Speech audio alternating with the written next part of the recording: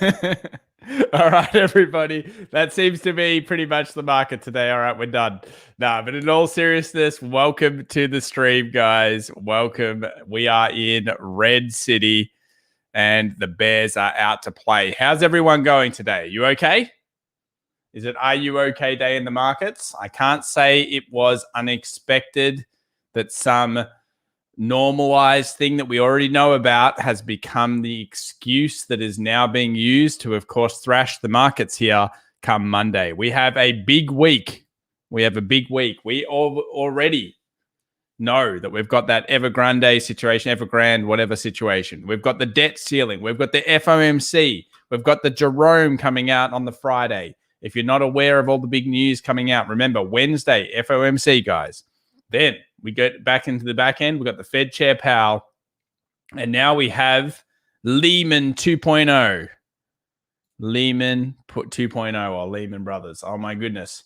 It's all happening. Do I think this is a big problem? We'll be discussing that tonight. Obviously, we will follow the price action as much as we can because really our opinions probably matter less than most people because we don't know exactly what the situation is. Where's the debt? How bad's the debt? Well, we know the debt's big. Where is it? Is it all in just China? Is it in certain companies? Or the debt that's owned by other companies that isn't going to get paid probably? Is that then going to be systemic and those companies have no money? You know, this is something we don't know about the situation, hence why the fear is coming in. Bradley B, $5. PS, thanks for the options course. Thank you very much, Bradley B. I'm glad that you're doing better, making some good decisions out there. And yes, guys, we have launched our options course. It's in pre-sale. We've limited the amount. You can check it out on fxevolution.com if you're interested in finding out. Ed Al says, hell no, crypto is down too. Yeah, crypto down pretty damn hard. And this is what happens. Markets fall. And when the markets go a little bit too far, crypto comes with it. And of course, getting through this 50 exponential here early in the morning is the key. Notice where we are in the futures. We've bought once off this 50, 43, 55 area. We're actually going underneath that. Could this just continuously crash throughout the day? Could it fall all the way down? I mean, the real true tests for the US market is going to be around this area. And we know why. We go out to the weekly and we're going to find two zones. We're going to find, firstly, we've got this weekly 20 exponential, which has been an incredible pickup zone throughout most of this market pullback. And then next, we've got the support resistance. And then next, we've got the theoretical biggest pullback area that we're hoping for if it does occur, which is around that 10% back into the 50 exponential moving average on the weekly. This is the ultimate kind of level generally for these kind of markets. Why, you might ask, is that the ultimate level? Because if we go back through history, you'll notice the 50 is very, very, very common in normal pullbacks. So normal pullbacks, you get 50 kind of levels, 50 levels, 50 levels, 50 levels. The 50 exponential on the weekly, very common, very normal, very expected. So what do you guys think? Do we go all the way to the 50 off this news? 2 steps down, 1 step back, 2 steps down, or is it going to be something else? Jimmy Biera says the market is overheated, has been for 6 months. All we need now is this correction to happen.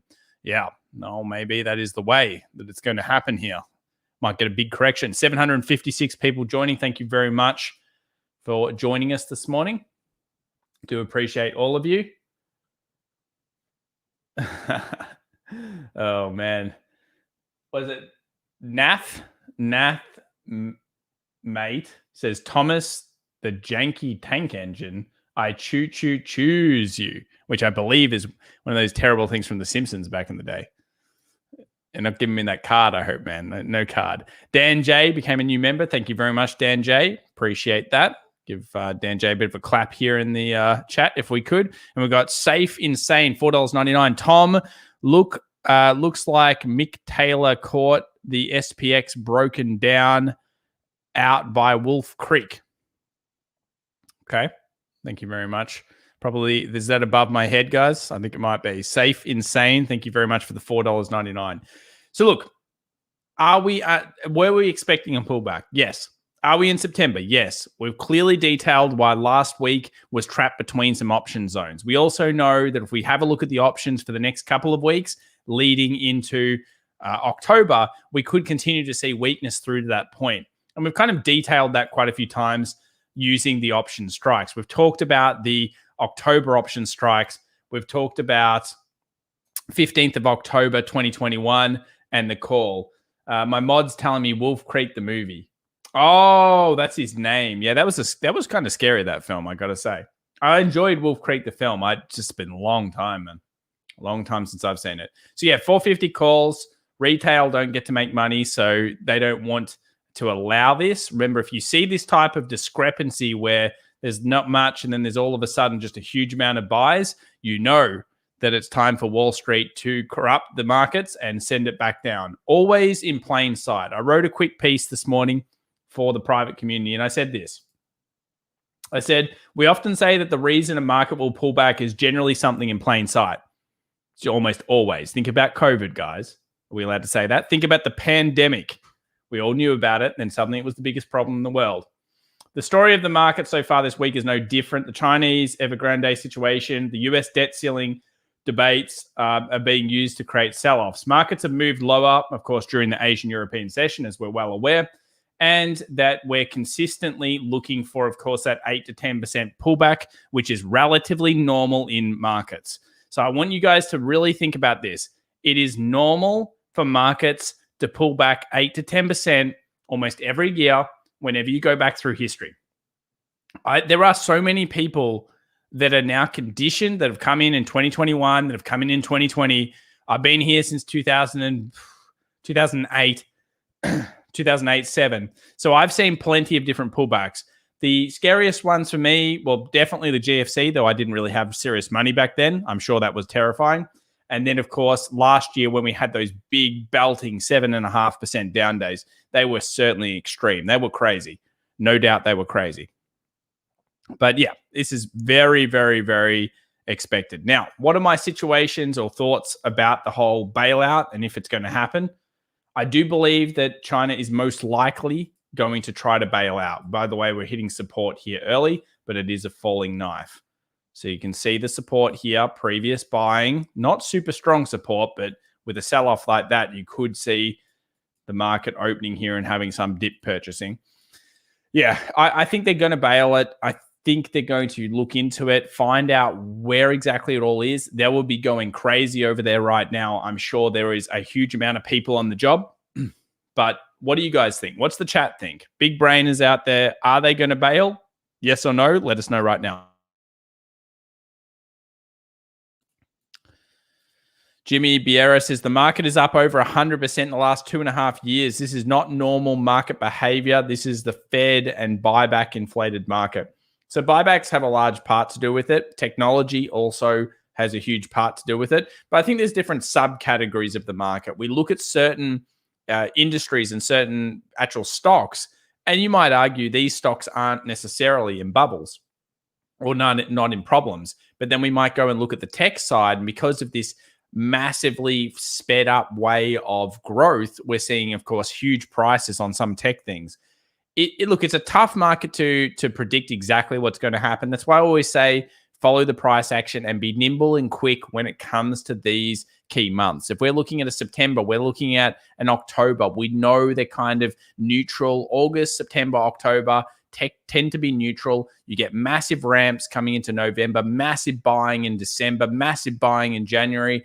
Great months to be in the market. We know the months that are good historically. We can see it in the charts, and we know the months that are bad. Seasonality is not hard to really predict from that standpoint. I'll bring up a seasonality chart so you guys can see.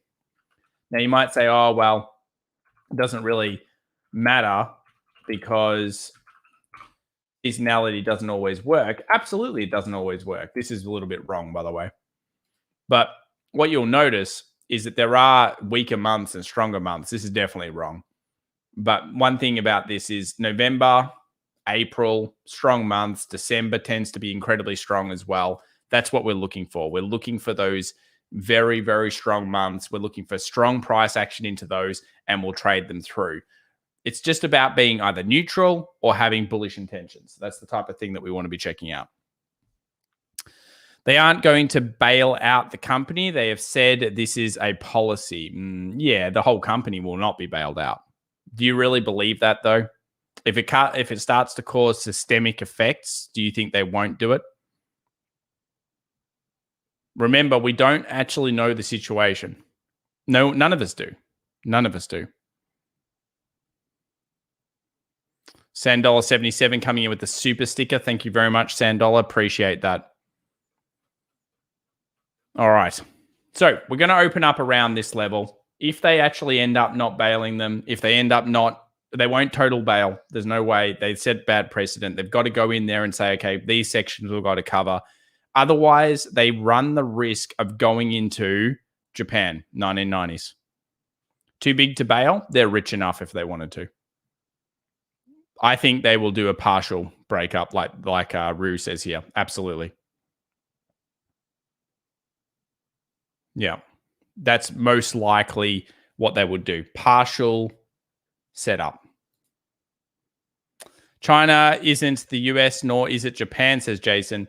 Look, yeah, I mean, of course, it's not the same, but it's like history repeats to a certain degree. It's like it rhymes, yeah? We've seen big bubbles before in certain markets. We've seen certain things play out. They're always a little bit different, but we've got to make a decision on whether the market is going to turn at these points or whether this is actually a little bit more serious. And I think that it's fair enough to say today, do you really want to be buying these dips? And the answer, well, let's see what the chat does. Does the chat like investment dips today? Let's see what everyone thinks.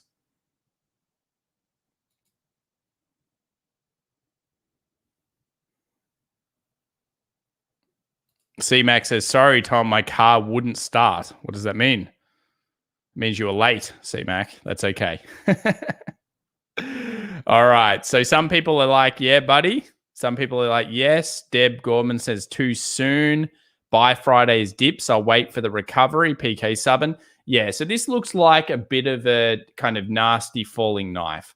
And I think we've got to put it in reality. And some people have said some big smart things here. This is the market so far, okay? From the dip to now. If we drew a fib of the entire thing, so let's just draw a fib retracement of this futures market. What you'll notice is that a 38.2 fib, which is very far away, is 36.50. If we think about how actually high up this market is over time, and we don't even have it here, let me just show you on the SPX, you'll notice that it's been pretty vertical for a while here. This is an extreme move, no doubt. So if this situation is allowed to get partially systemic, we certainly could have bigger pullbacks. And I would not be surprised at all again if pullbacks came down to this 4,000, 4,050, at least in a proper correction if it is going to go that way. The other levels are going to be 20 exponential moving average, which we're getting close to because that's been the dip buying zone. But usually you will get the opportunity to see the turnaround, the lightning bolt that we talk about on the smaller time frames. You'll see some type of turnaround. And when you see that turnaround, you might have missed out on 2%. But guess what? On 1% or whatever on your favorite stock. But what you're doing is you're allowing that knife to not go through your hand and cut you up, and you're letting it turn around. So I think that's something that you want to keep in key view here on the markets. Another thing that you want to keep in key view is that statistics don't technically lie. They do tend to do the same things. And we've talked about this a lot of times. We had 7 months win streak. It's very rare to be this many months in a row successful on the S&P 500. The next month after that win streak was lost, so the win streak was lost, and the next month tend to be kind of coin flips. But 6 months' time, these markets inadvertently have been strong. So they've gained pretty good percentages after that.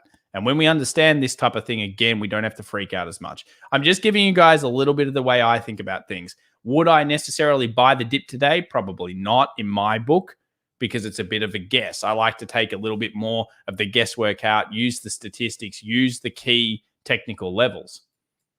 Would I sell everything? I would probably look to scale certain percentages off if I was short. Of course, that's the way I would be thinking about things. But let's look at each one of these indices on its merit and see what you guys think. Lieutenant Dan says, patience is your friend. Absolutely. Kaiichi Zhang says, more dips are coming. Yep. And Saturday 7X says, yes, selling puts it open. Cycle analysis playing out perfectly. Ooh, I mean, selling puts, you better know what you're doing there, sir. Have them cash vetted if possible. It can be dangerous, as you know, or want to take the stock if you want to take the stock. Big Dipper says, no, several more steps down before dip buying.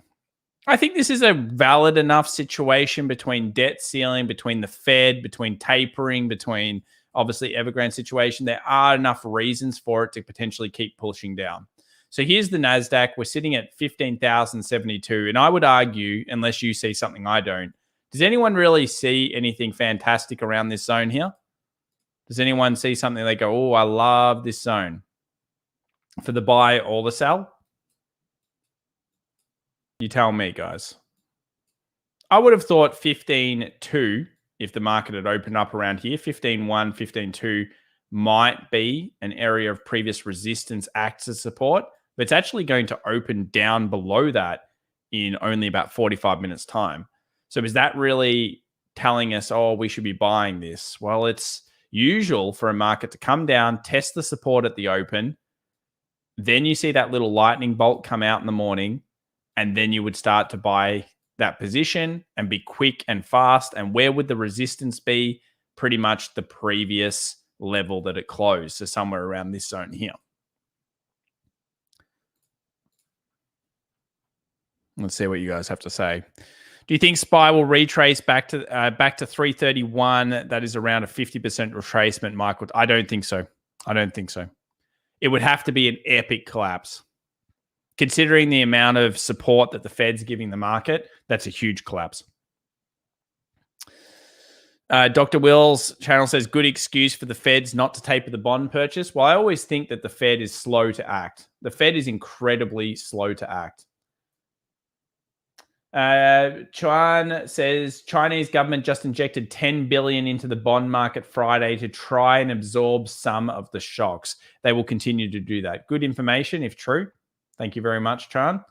Yes, they will. Look, believe me when I say they don't want it to go down. They do not want it. If you sit there and you're like, yes, I run this country and I'm all good, and then somebody says, whoa, things are going bad, do you really want to answer for that? Or considering your balance sheet is strong, do you want to bail part of it out in a different way? That's what you're really looking at doing. Big Dipper says VIX is high, but it can get much higher. Yeah, I think VIX is high, but remember, if the market is going to stabilize here, there will be buyers this morning. Retail will buy. A lot of you guys are thinking about, there was buying here, there was buying here. Everyone was conditioned to buy the dip. That's how they crush a little bit further down. And then they condition everyone to buy the dip to do things. And then if they want to keep pushing it, they create those new lows, sell it off to the next zone, et cetera, et cetera. I'm really looking for like a 14.8 here for the Nasdaq. Ideally, 14.8 would be a good zone, because that will pull us back into the 20 moving average. It'll pull us back to some resemblance of previous wick purchases back in August. I feel like that's a true level, but where it's opening right now is hard to read. Actually, hard to read. Easy to short this morning if you're in the Asian session. Few people did, I know. Little short off here. That's a good little short. So they sold, you see a little pullback back to the zone, previous supports, sell that little nice shooting star pin bar rejection. Then it moves down. And I would have probably taken some profit off actually around here. This is a good level. Oh, I did, in fact. This level here was pretty sweet. And now it keeps going. We'll look at BTC in just a second. Dom, $20. Thank you very much, Dom. Appreciate it, man. Can we give Dom a little bit, some claps in the room, guys? Thank you for the donation. I don't like to see anyone lose money. That's true, Dom. Patience and diamond hands isn't just holding a stock. Stack. Sometimes diamond hands is doing nothing and waiting to see confirmation. Thanks for all you do. Love these morning streams. Dom is telling you guys words of wisdom. That's right. Diamond hands doesn't just mean holding a stock. In trading, doing nothing is hard. It's hard, guys. It's boring. All your friends are telling you, guys, I'm buying the dip. I'm buying the dip. What are you doing? Oh, I'm not doing anything today. Oh, man, you're missing out on the opportunity of your life. Well, sometimes you've got to wait for the confirmation. So, Dom, I appreciate your $20, and it sounds like you've done a little bit of trading before. So, absolutely. Let's have a quick look at crypto. Let's move over to the BTCs. So it dumped there quickly, hit 42.5, previous resistance over here. Oh, yeah. Crypto just instantly pumped back up. It needs to kind of hold this zone. I'll be happy if it holds above 43, 44. It was looking so good on the weekend too, crypto. It was doing all the right stuff, all the stuff you want it to do. And then it just failed right around here. That sucked. I even tweeted about it. I quite liked everything we were seeing here. I liked this. I liked this. I liked all of that.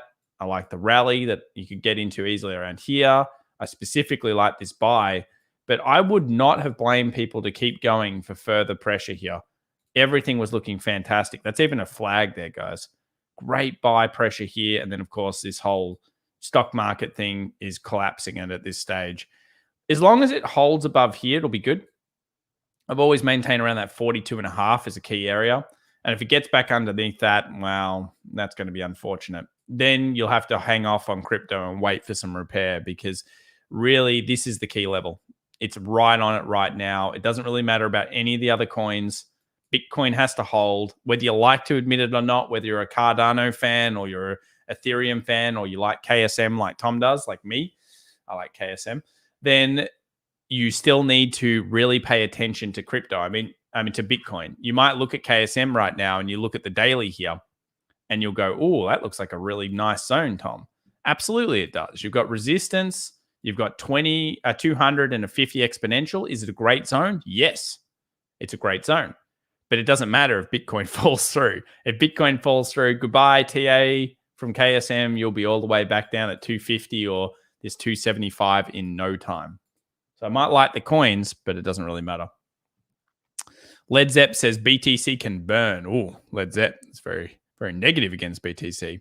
Trishan S says, I closed my BTC short too early. That's all right. Being fast and quick, Trishan, when it comes to shorts is better than trying to think that you're going to pick the next big move. Chris Sparrow wants T triple Q. Let's have a quick look. But realistically, this is just going to be, isn't this just the leveraged version? You shouldn't really do analysis on this particular chart. So this is ProShares Ultra Triple Q. This isn't really going to be a good chart to do your analysis on. You would just do analysis on the QQQ and know that you're trading a more aggressive version of it. Yeah, QQQ, you would have thought this point, 369 should have been the support. Right around here, 368, 369, 50 exponential daily, previous resistance. That's why I'm saying, like, the market's right there. It's right around where you expect it to open. I would have expected, if you said to me this morning, where do you think the market's going to open? I would say right there, guys. And it may still open there. That makes sense to me. Previous resistances acting as support with a 50 exponential daily. I like that level a lot. So time will tell. It's currently one and a bit points underneath.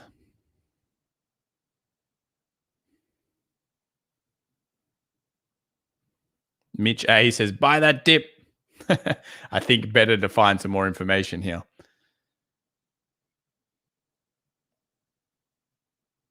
Jason K says, investors were grabbing those Chinese bonds with their US dollar within an hour.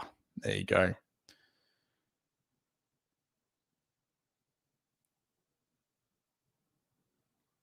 BTC, great move off the bottom, was a great trade. Buying in at the top was a bad trade. Well, yeah, I mean, but that's what you could say. But buying in at what top? Which bottom are you talking about? Buying over here? I think that's actually a very good trade. I think that if you take that trade predominantly with this kind of bullish pressure coming off the bottom, I think this is, especially this candle here, I think it's an incredibly solid trade. I mean, it was in positive for a little while. It's an incredibly solid position off that base. Never discount that. We are at support currently for Bitcoin. You can't just go back on stuff. We always want to see, could we have done anything different? Did we know anything different? Those types of things. You got to be honest with yourself in trading. I love that trade. I would take it every single time. Why? Because it's got great risk reward. It's got the great story behind it. The chart makes sense. sometimes you're going to get stuffed in those. We can show you 21s that work, and then you can show a few that don't work. No trading system is 100%. If it was, my God, you'd be a literal god. Let's take a look at the VIX. VIX above 25. We did expect it to blast out as soon as we hit underneath the 50 exponential. I don't expect the VIX to really continue ramping. I mean, obviously, it's going to take the market coming down, but I do think some dip buyers will be there in the morning. So the VIX is probably going to decline slightly after the open happens. Oh, nobody wanted it at 29K? Yeah, 29K was good buy. I like 29K. I always said it was okay. Miners are down hard. Yes, especially in Australia. My goodness. Love Kumar, Canadian $10. Sorry. Hi, Tom. Your view on mRNA, NVIDIA, and Netflix, please. Well, luckily, we do most of those, so we will cover them. So we'll do mRNA first. Moderna. You guys like this stock? Down 3.03%, sitting at 417 pre-market. My view here really will not change. We have resistance, support buying. A closure underneath this support, which is about 415. So let's call it like $4.13, will actually create, I believe, a bit of a sell-off here. And that could be as low as around there, about 375. So underneath this zone is very bad.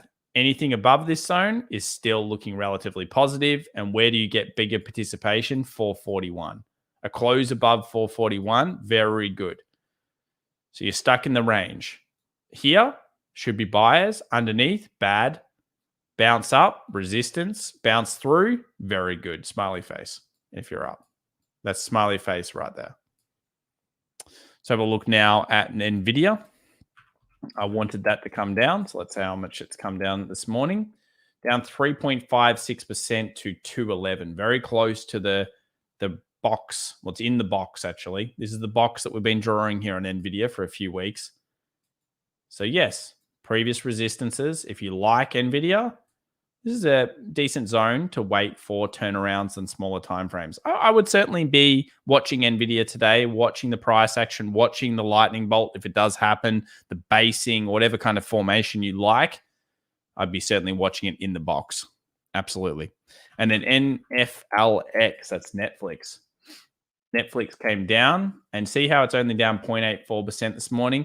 This is still pretty strong off the area. You can see the box we drew, just tapped it, started ramping back up. This is previous resistance level. It didn't break this giant, ridiculous channel it's been in for a long time for no reason. So yeah, around here, still looks pretty damn good. Still looks pretty damn good. Daman Sahini, $2.99 Australian. Hey, mate, ASX 200, any technical zones? Let's have a look at the ASX 200. 71.37. Oh, straight through my 72 area. Look, I have a giant box here for where I'm looking at it. And this is my huge box. I've made it super wide. It goes as low as around that 69 kind of 100 area. Where do you buy the ASX? It's very, very, very random. Oh, you'd have to think 71's not bad. But again, you're catching a falling knife. So anywhere in here, what you need to do is you need to wait for turnaround stories. If you catch this, I would only scale, because you're basically just trying to guess where the low will be. If you're investing and you're coming back in 10 years, hey, you're getting a cheaper price. There's nothing wrong with that. But if you're trying to pick the bottom for trading, you've got to wait for the turnaround, guys. If you just keep buying the dip, you're going to get smashed like a Baba. You know, if you buy the dip and it's bad and things go bad, like they went on Baba, how many people that you know, chat, tell me right now, chat, how many people do you know that got smashed by the Baba recently? I'm sure you know some of your friends that got smashed by the Baba. They were buying the dip thinking it's great, it's cheap. Fundamentally, all the stories make sense. But of course, the government did not allow you to do that. I also just want to remind everyone, if you can like the stream as well, does help us out. And remember to subscribe if you enjoy the content. Also, 3 free cheat sheets, TA cheat sheets. They're for free. Click the link somewhere in the chat and you can grab those. You might as well do it. Lucian says, will Tom tell you when to buy the dip? I'm not going to tell you exactly, but I'm going to tell you the zones that we look at technically, and then you can figure out how Tom might theoretically figure out those areas, hey? I think I'd go through it quite a few times on the stream, but it's educational content, guys. Remember, not financial advice. I'm not going to tell you to put $300,000 in the market. Hell no. Lunch Money says, Baba, so painful. It's painful, yes, but it's probably a lesson that some people need to learn about recoveries. I mean, I liked it over here. Absolutely. Once it got through that zone, I liked this recovery story. I've talked about it several times. You put a stop loss on it because I knew it was a trade, not an investment for me. It got stopped. You move on to the next one. The risk allocated is fine. But I'm not going to go and continue trying to catch the knife. If Baba bases here and breaks back through this zone and forms a nice bottom, then yeah, I could take it back long. But at this stage, it's at 154.20, right around the big support. Imagine if it gets underneath again. Oh, all the way to 130 land. Nasty. There it is. There's the next level. I really wanted Baba, but I finally listened to the community, says Scott Morgan. Yeah, you got to be careful, Scott. You've got to be, it's nasty out there. It's nasty out there. Nabi says Baba got in at 153. You could have certainly, 153. What, did you scalpel that thing down the bottom? My goodness, craziness. PK Subban says, I sold off right away at a minor loss. Smashed by Baidu, a few people are saying. Yes. Yes. What's that, Graham Stevens? What about Kathy Wood? And Ed Jones says, Baba is a great long-term investment. Well, that's the difference, remember. It's investment versus trade. If you pick up investments and you average in, maybe use a dollar cost averaging method, something like that, you could do quite a lot. Adam Eunice says smashed by the win. Yeah, win is a nasty one as well. Let's show you that, guys. Oh, no. Oh, kind of crippled this win. You think like $69 is very likely. That's the big next support. And again, you want to wait for that recovery story. Why do you think I'm so patient on this stupid Zillow? You know, I don't look at Zillow because I'm like, oh, I love this company. I don't really even care. Some of you guys might like this company. Some don't. It's down today. But look at this base. Okay. Beautiful base. Beautiful resistance. Great downward sloping trend. Look at this trend. Look at this. Look at the recovery trend. Now, if it double bottomed and got through here, oh yeah, I'm coming back. But unless it does that, I don't particularly care. You can't do anything about it. It's a good trade at that point, and it's even possibly an investable trade at that point. Jason K says, I'm still up 10% plus for JD. That's right. Baidu will be fine. It develops the auto driving systems in China. They'll all be probably fine. But yes. 7K valuation. Who said that for Tesla? How is INTC still looking with the dip? Oh, I'm sure it's down. But I still found it all right. I actually took a little scale in that one. 1.7%. It was trying its best to hold our little zone. There's our theory and process behind it. Poor Intel down about 1.7 here. I'm happy with Intel because Intel has the good chance of coming through into November. Now, it's a very long-term aspect I have for this. But yeah, that was a scale zone for sure. Nothing is safe in big red days, or very little is safe. Let's have a look at Tesla for you guys. I know you want to look at Tesla. It's going to be pretty brutal. 3.59%, 732. It's not too bad. It's down a decent amount percentage-wise. Now, we know there's a lot of infighting between calls and puts around 720 and 700. I'm going to show you guys right now. So let me just quickly go over to the Yahoo options. You are going to get partially blinded by this. And we'll just look up Tesla. Load Tesla for a second here. And we'll load September 24th, which is this Friday, and we'll have a look at the calls. So let's go to 755. These are the open interests we've got there. And scroll down. And what you'll notice is these puts are massive. 700 put is massive here. 85,000 puts. And you go scroll back up and you think, whoa, wait a second. What? There's barely any calls. Why is everyone so negative onto the Tesla? Guys, are you this negative onto the Tesla? Or is this Michael Burry? What the? Who is doing so many negative Tesla puts? Check this out. Again, the calls, marginally big. And then we scroll down. Let's have a look what the puts are around this point. Again, fairly large, 13,000, 14,000, 11,000, 12,000, around these strikes. So isn't it interesting how there's a huge amount of puts for some reason sitting on Tesla this week? And I don't think they'll want to pay them out. There's a ridiculous amount of puts. Insane people. Oh, this was the expiry last week. Yeah, that was the ridiculous ones that were never going to get paid. Where's my damn... Is that right? Is that the 17th? Or was it the 24th? Yeah, that's the white one. So look at this, 700. These are the ones for the 24th. Look at that. What do you think about that, guys? My God. 700. Could be a bit of a put wall for Tesla if it does come back down. Tesla overhyped. Oh yeah, we could say that, Scott, but at the same point, that looks like a put wall to me.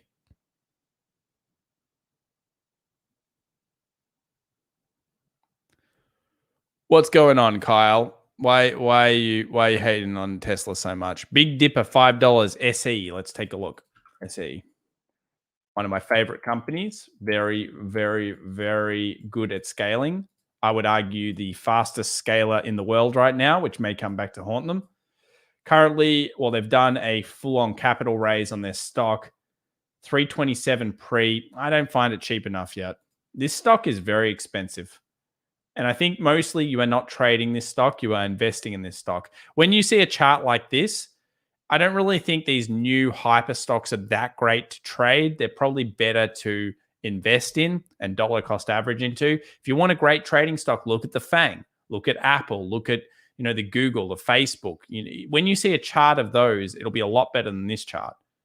327 doesn't really seem like an incredible level to me. I'm still looking for the 300. I'd probably maintain that for now, Big Dipper, from a technical level. If you go over to Facebook, I'll show you what I mean.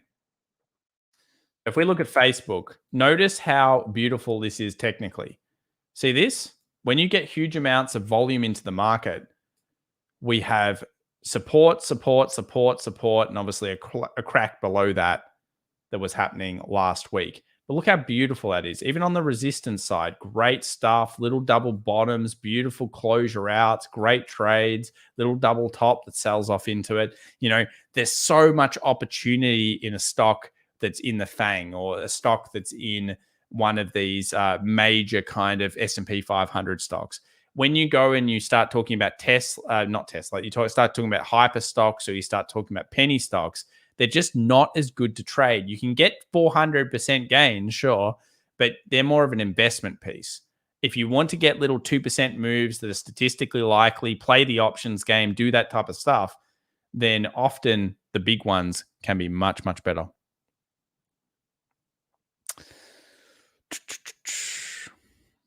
Kyle really hating on Tesla there. What do you think about Amazon? I actually quite like Amazon into the back of the year. Down 1.98 today, back to our little support line. So previous resistance, little support line. Market's starting to stabilize partially in the futures now. Not really for Bitcoin. Bitcoin's still struggling a little bit there.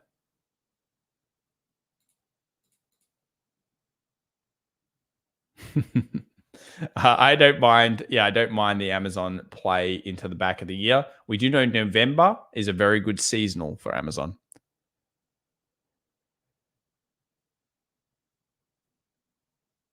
The art of consuming knowledge says a good question here, or good answer. It says not often like 1000% trade. So there's probably saying I don't usually do that type of thing. I just trade the indices and make bank. Yeah, there's nothing wrong with trading the indices. It's good. The indices are good. Indices are good. Big stocks are good for trading purposes. And if you want to go and find fundamentals that you like in certain stock and things that you like about the businesses, then maybe use that as your investment philosophy. Absolutely. Led Zepp says, I'm always accumulating Tesla. If I want to trade it, I just sell calls or puts against my shares depending on the market. Fair enough, man. Fair enough. Rob C says people are also buying Xmas presents early due to supply chain stuff. So bullish on Amazon. Probably a fair point, Rob C. I did it just today. I bought one of those expensive, what are they? I can't say it. La Crochette. I don't know what it is. French thing. I bought one. You only need one, but I bought one because I like buying once and buy quality. TA on skills. I haven't looked at skills in a while. So Amazon at around support into the open. Kunal says Tesla's PE has dropped from 1,000 to 120 in less than a year. Part of that reason is because they've actually created money. It's getting cheaper by the day. That's right, Kunal. That's right. When you get the that's a good way of putting it. I think Tesla has a lot of lovers, a lot of haters, and I just go with, well, if it looks good on the charts, then we can look at that from a perspective of buy or sell. And if you want to invest in it, then you're talking a totally different story. Skills just sitting at support. This is still pretty sick stock. I don't personally like this one very much.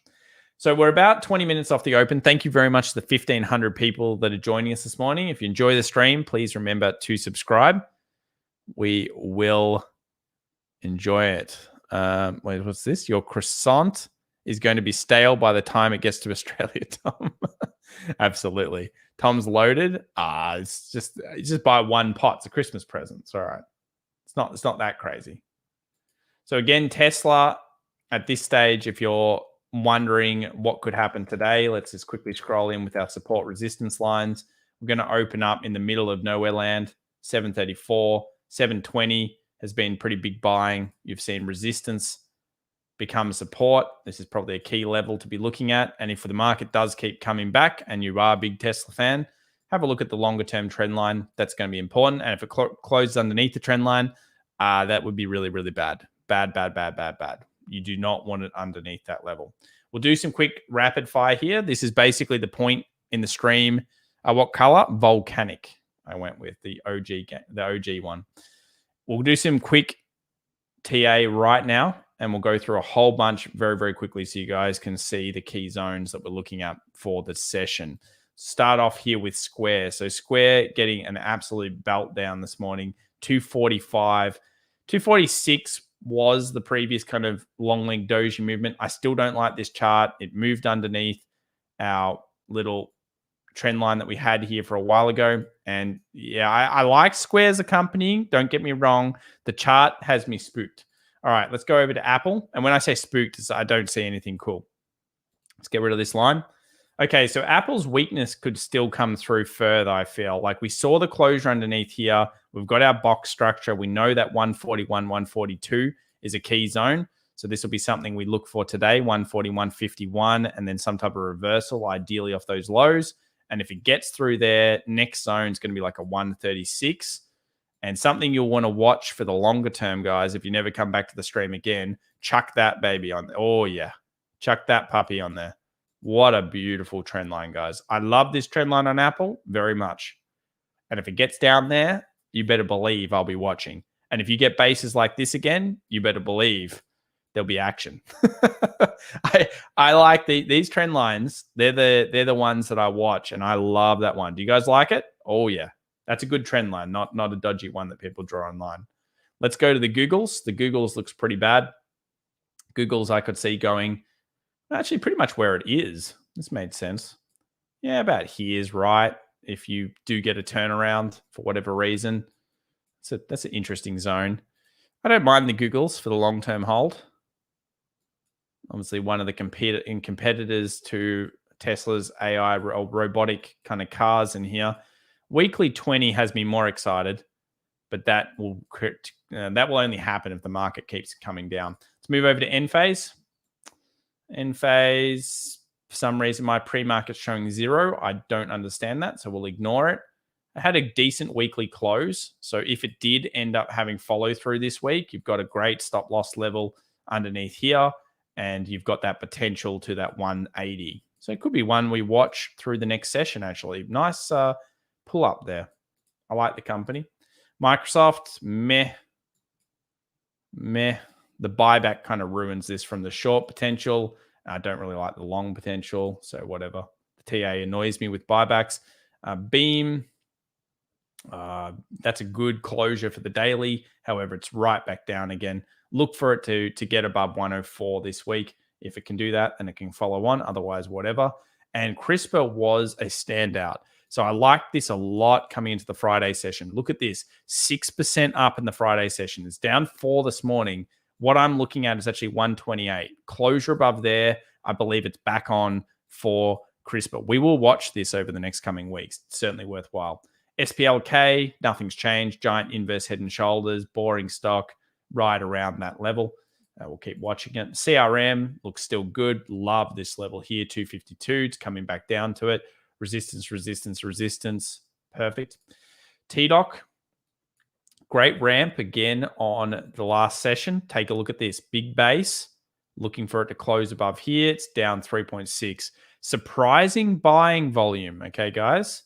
Something is happening there. Look at that buying volume.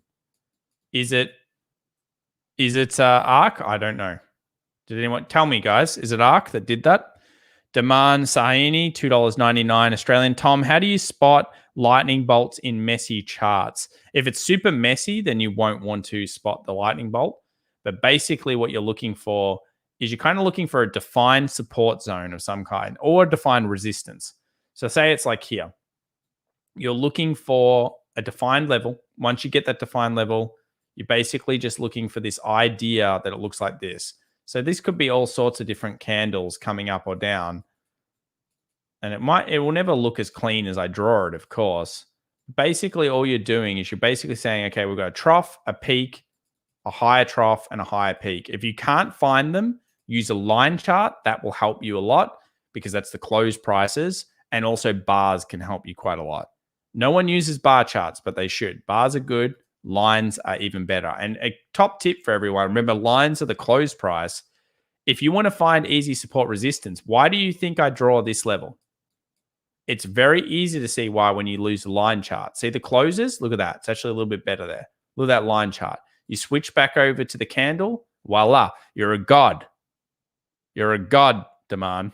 You know exactly where to put the lines using your closure prices. Closure is the key. It's where the battle was fought and won. We won't bother with the Chinese stocks today. They're all on supports, but I don't like any of them. And then we've got Twilio. It was looking great, actually. Imagine if that double bottoms. Oh, yeah. We'll watch that line heavily in the future. 330 seems to be a decent base here, and this stock is starting to turn around. Bigger volume coming through. Move over to NVIDIA on support, as we know, around this 211 area. Airbnb still looks okay, but it's down 3.48%. Hit the first resistance. I still like it to 180, but it might take a little bit of time. DKNG, right around support, down currently today, 57.90. Where's that put it? Maybe you have to wait a little while on DKNG. Might come down to 55. So watch 55 pins. Still nothing. Etsy, great breakout, even though it's down.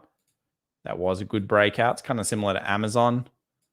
Looking for a strong close to the year on these types of stocks. Will this downturn be good for AMC? AMC can do whatever it feels like. So if you look, AMC will do whatever it feels like. It's not good because we don't know where all the retailers' money is. Is all the retailers' money in stocks that are falling, or is it in crypto that's falling? I don't know where the retail money is, but yeah, I'm still looking around this $40 for AMC to turn. Round here would be ideal for that particular stock. LUMN, Wyckoff, and Dip Pine pre-market. Oh, I'll have a look because you mentioned Wyckoff, so let's have a look. Wow, great breakout, man. That's a good find, dude. Yeah, that's a nice stock, isn't it? Don't know if I call it Wyckoff, but certainly has a great resistance and a perfect story there. I like that a lot. You've done well. You've done well. Who was that? Mark Wilkins. I like it. If you keep taking quality like that, sir, then you're doing good. because that is a fantastic. I mean, a lot of people would say inverse head and shoulders as well. Doesn't matter I don't care what you call it. Doesn't matter. The key is that you've waited for repair. You've seen that closure above the moving averages. You've got a long leg doji as well, showing that follow through. This is one of those ones that if you take this trade consistently, you take that type of setup. Yeah, man, I like it.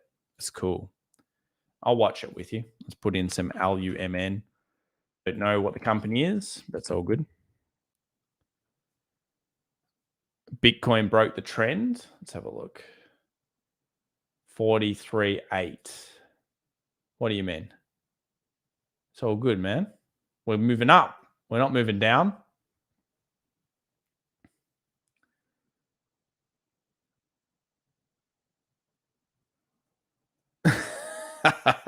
Psychedelicide, pretty funny. I won't read it, but pretty funny. Silver liner. Tom, what happened to the Australian stock market today? It got belted with a big stick. We're very connected to China in Australia. So therefore, our iron ore miners got belted. Check out this, guys. You want to see something horrid? Let me show you this. Ooh, look at that. Look at the iron ore. Has anyone actually checked iron ore futures? Have a look at this. You probably don't care, but whatever. I'll show you. Check out these futures. Ooh. Damn, dude. When the bubble pops on iron ore, as I've said before, when the bubble pops, it gets brutal on metals. This is the boom, then there's the bust. Must be getting close to the bases though. We look at the weekly here. You'll notice it's getting really down to that $100, 110. It's probably about fair value somewhere around here. Nasty, nasty, nasty.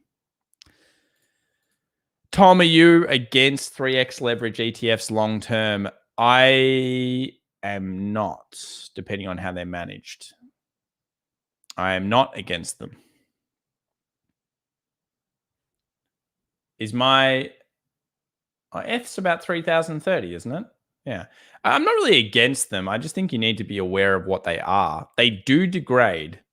So a good case would be using this one here. What you'll notice, I'll show you this just so you can see straight away. This is a little bit different fun to maybe those 3 times ETFs. But what you'll notice is, okay, here is the fall of the pandemic. Okay, there's the recovery back to the point. Now, I want to detail and just show you exactly how this looks. Memorize that chart, guys. In fact, I'll put it next to another one. Let me just load up here ASX 200 so you'll be able to see it. Let me go to the daily. And what do you immediately notice about these two charts? Chat, tell me, what do you guys notice about these two charts? Here's on the left-hand side. Here's on the right-hand side. What happened on this side that didn't happen on this side? Finken79 says, so much for PLTR breakout. We'll take a look at that in a sec. It hit 30 though, didn't it, Finken? It did hit 30. It didn't get above this resistance. So it degrades. What I mean by that is that you can make tons of money, but because of the way it scales in and out, the money actually won't be fully one-to-one with the market. It'll be slightly behind. Take a look at PLTR. It's still the market opens here, guys. Current market conditions much improved off what they were before. 1.24% down on the US 100, coming in right around where we expect the QQQ2. 27.21. Oh, that's right on the roll reversal for PLTR. I'm sure there's a few people licking their lips around this level. 27.22. Previous resistance becomes support.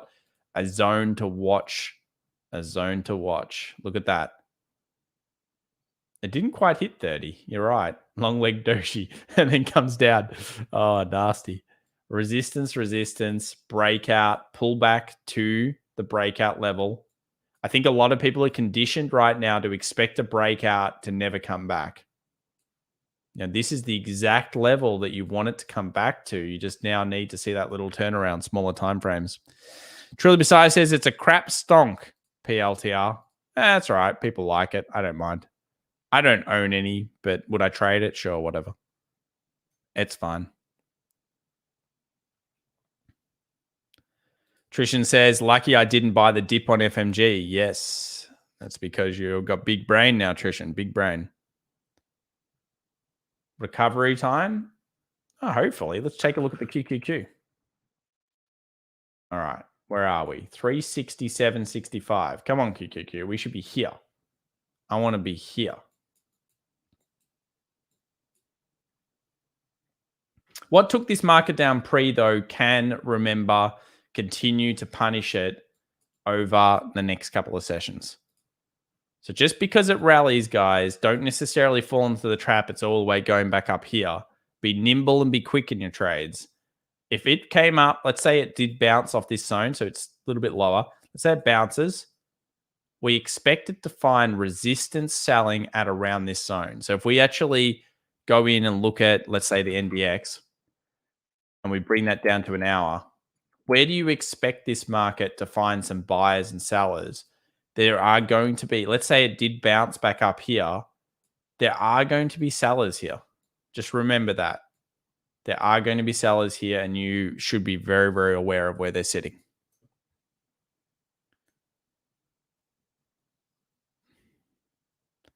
Bradley B says PLTR is building the moat.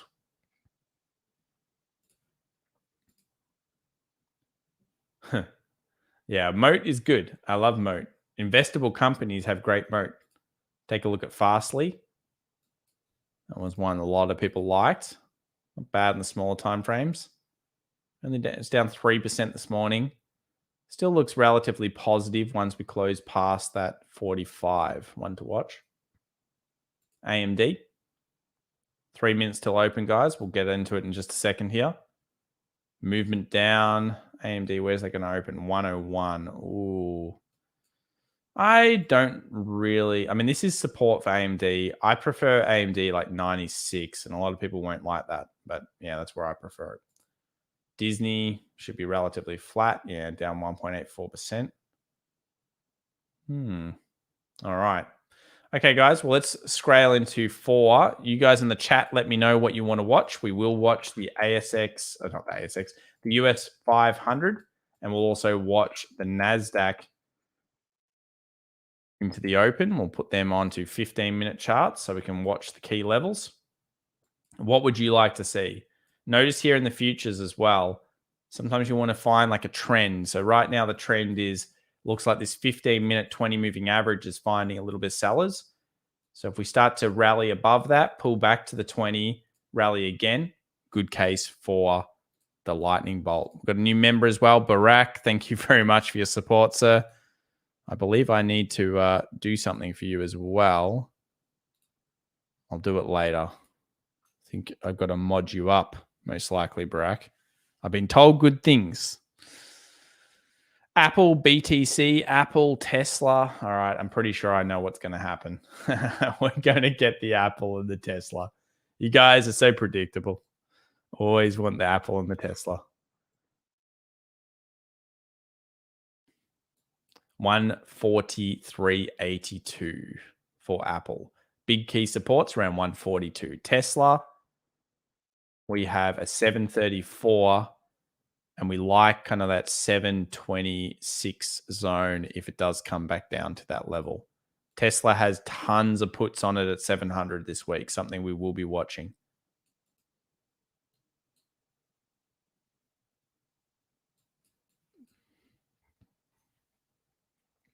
Scott Morgan says Beam. Beam should be a good man, but probably not one we'll watch in the open. I love Beam. Did you watch that video I sent you? Yes, Scott. I wish we could watch videos on YouTube like people do on Twitch, so we could check out some other videos, some other producers on the internet. No one knows, Kevin, but you did. Watch the VIX. Yeah, well, we'll see it come open. So we're about to open these markets. Remember, we are down here. We're in a bit of a bloodbath. Everyone's talking about the end of the world. We've got to keep our blinkers focused on the TA. Currently, we are opening right around that kind of resistance. And there we go. Ding, ding, ding, ding, ding. Support, I mean. There's the NASDAQ previous structure. I don't particularly like anything super early here other than a few stocks. We saw NVIDIA, etc. I expect the retail hour of power to try to buy it up. and the close to be one of the keys. If we end up closing in these middle zones, man, there could be even more selling to come for sure. 735 here for Tesla early. Let's scroll through. Square down 4.22, Amazon down 1.87, Google 2.39, Enphase 3.64. What are some other notables? TAN down a lot. That's the solar ETF. PLTR down 5, 27.30, right on that support roll reversal. PayPal only down 2. It's not too bad. Twitter 2.74. Cat, my God, look at all red. All red. And then the thing that's green, VIX. But if we look at the VIX, Apple really in the middle of nowhere land. That's nowhere land right there, guys. If we look at the VIX, 23.41, I'd expect that to come down relatively fast, especially if we stabilize. Remember, if you trade the VIX, guys, it's all about algorithms going nuts.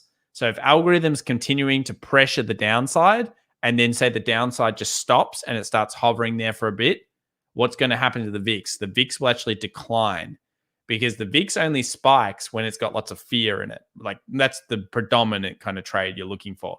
So while it's going down, down, down, down, down, if it hits a support and then starts to stabilize, the VIX will actually go down.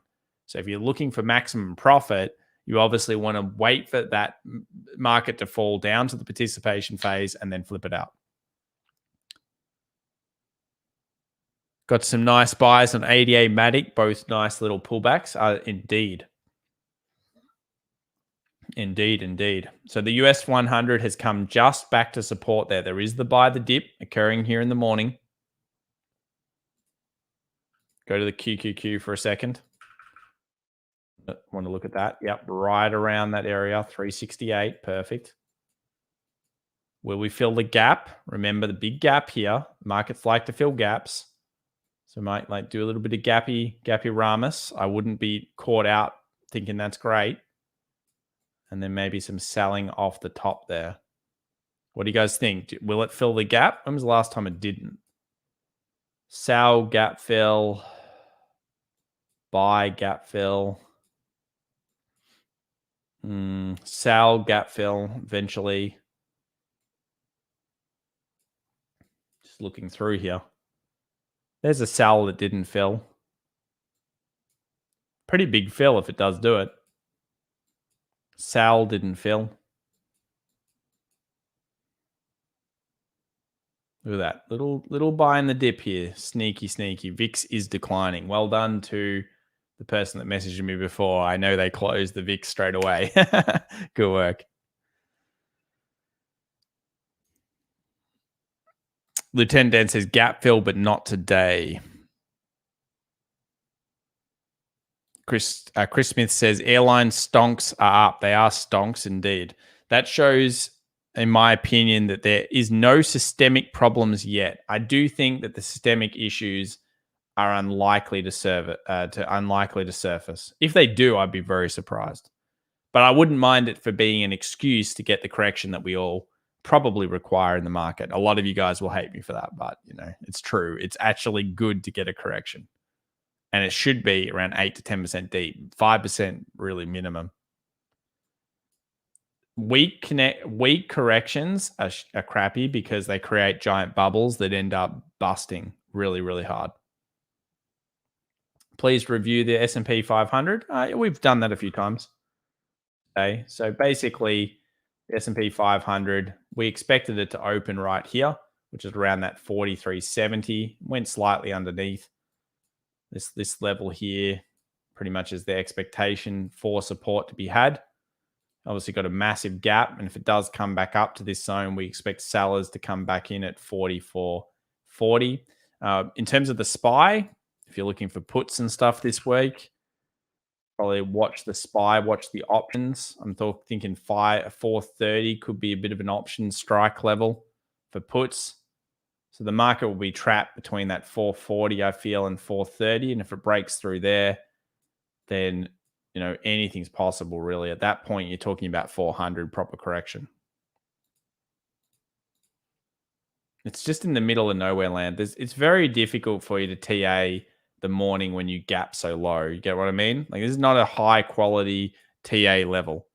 You're basically guessing, and you're just basically guessing that retail will buy the dip initially. That's really all you can do, because you're underneath a lot of key zones. So you're just slightly underneath it. Slightly underneath it. It's annoying. Demand sign, he says, hey Tom, you missed my last super chat. Sorry, sir. Question about how do you trade the close, ASX or SPY, please? Thank you. Yeah, so what you're looking for at the close is you're looking for it to break above a key zone in the last kind of 5-10 minutes. And then you're basically looking at scaling in. If you have a market that you can trade after markets, then you'll usually take that position after the close. So I'll give you an example here. Let's say this example would be good.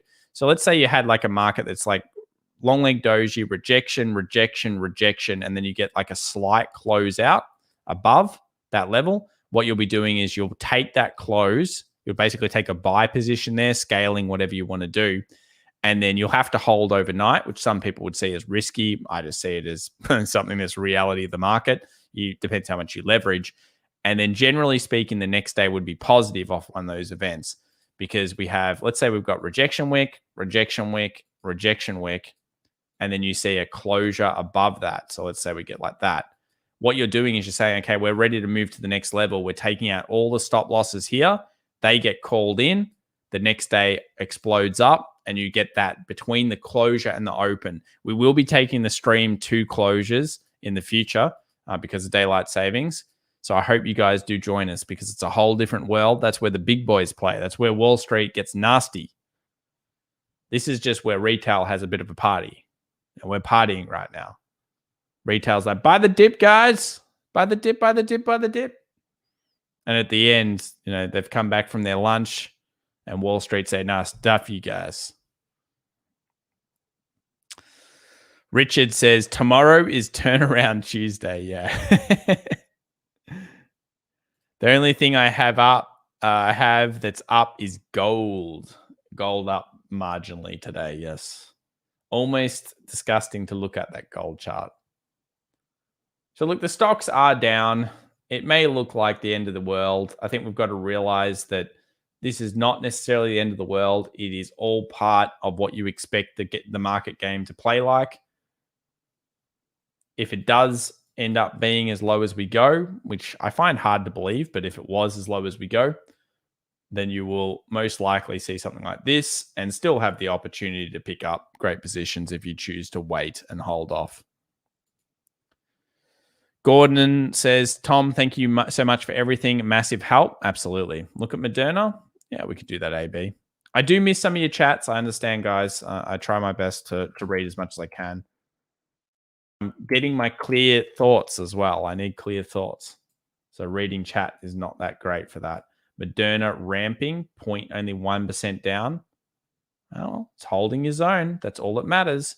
If Moderna holds your zone, that's good. And if it closes underneath, be sad. You can see that 50 is very, very good. So I hope that your Moderna goes past 441, and then you can hit 460, if not new peaks. Very cool. I sold my SQQQ at the start of the markets. Not bad. That's your short on the Nasdaq. I don't blame you. I do not blame you. The market has an instinct to rally initially, and it's a good level. I think this is a very fair level for shorts to try to take profit. Look at this. Look at the resistance here on the Nasdaq. It makes sense that it should slam into this zone and find buyers. So it's a good scale off. Danny Brown says, good work, bro. Have fun. Thank you very much, sir. What about Spotify? Let's have a look at Spotify. Back at the level that we liked last week. This support zone is pretty nice. There's a few stocks going into support. Let's have a look at NVIDIA. See, NVIDIA just hit support in the bottom of our box. I can see why buying came off that level. We did say NVIDIA one to watch this morning. One of the two that we liked the most. Well, I like the most. It's probably a decent. You've got, when you're trying to buy, okay, so say, I'll give you another top tip, guys. If a market is coming down and you're looking for pickups. What you want to do is, contrary to popular belief, is go and find stocks that have a lot of buyer demand. So a lot of that retail demand, a lot of that elasticity, price elasticity. Because if the market's been very strong leading into those events, what's probably going to happen? It's going to rally better. And if it rallies better, then you're going to have a lot more strength there. And that's usually the types of stocks that you want to be looking at. So let's have a look at PLTR. So PLTR is not doing exceptional, but this is one that's got some price elasticity coming into it recently. So if the market does turn around, you would hope this zone creates that rally. I think it's a fair kind of position, similar to NVIDIA. Microsoft's in a tough situation because you've already seen them buy back their own stock, which means that it's more likely it goes up than down. Hard to short that stock. I wouldn't short it at all. Not when they're buying stuff. Ulrich Nielsen, DKK $50. Tom, have a look at Rolls-Royce and the LSE, which I mentioned on Friday. Yes, you did, sir. Let's have a look at Rolls-Royce. Very good. 115.94. Hey, I don't mind it, sir. We talked about it. We ended up creating, what was it? We talked about the weekly. You like the smaller time frames, I think, which was like, I like the weekly. Let's go the 4 hour, 2 hour here. Yeah, I mean, this is crazy 2 hour followed by some nice bullishness coming through. There's a lot of potential in Rolls-Royce should it actually close these monthlies. Take a look at this. Oh my God, the stock is so horrible, but it's a serious level. Look at that monthly close. I really like that. Bullish, takes out stops and fully reversing. Beautiful stuff. Could be good long term. Market's still recovering here early. Be careful for the close, guys. Be nimble, be fast would be what I would do in these markets. Nimble, fast.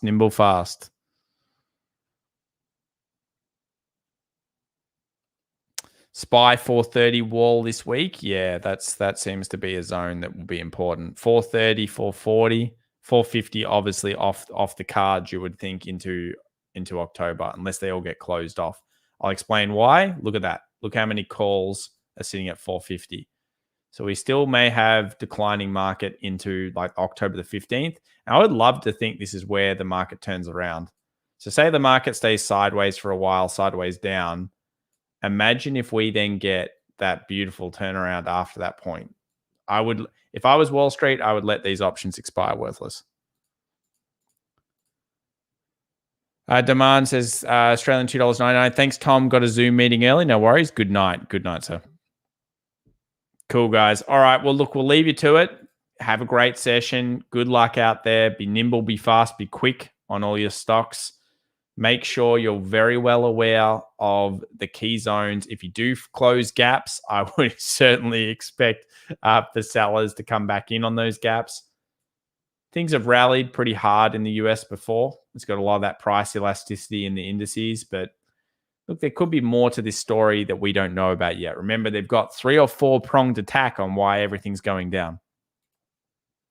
We also, for the first time in a long time, have actually gotten underneath the 50 exponential moving average. So if we remember that on the SPY, where do we expect selling pressure? Huge selling pressure here. And in fact, just where we hit, which is the previous horizontal level. All right, guys, thank you so much. We will see you tomorrow for another live session. We've obviously got our daily video as well. Please remember to subscribe and smash that like button if you do enjoy the streams. I want to say thank you to the thousands of people that came out today for the stream. There were a lot of you. So thank you so much. Ciao for now. Good luck.